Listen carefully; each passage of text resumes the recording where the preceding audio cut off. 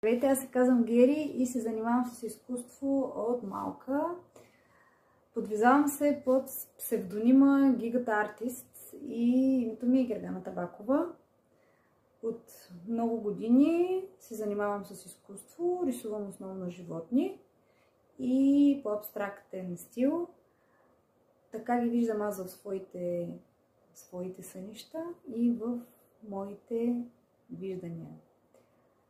Сега ще ви разкажа как започнах да ги виждам. Първото нещо, което ще ви разкажа, е случка, която се случи преди много години в художествената гимназия. Бях модел, позирах там. И това, което се случи, беше докато позирам и от време на време се затварях очите. И изведнъж започнах да виждам децата, като върху главите им имаше животни. Те бяха ученици в художественото училище. Позирах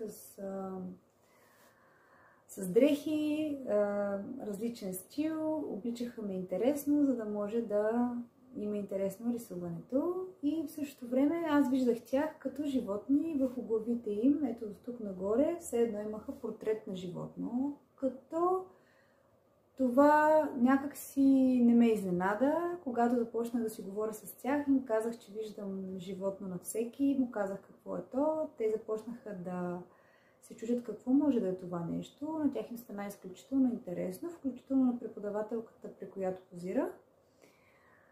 Това, което всъщност установихме накрая, че това всъщност им е любимото животно. В часа накрая започнах да се замислям защо ги виждам тези неща и усетих напрежение в една точка, ето тук в челото, и през цялото време болеше. Това всъщност е третото око, където се намира.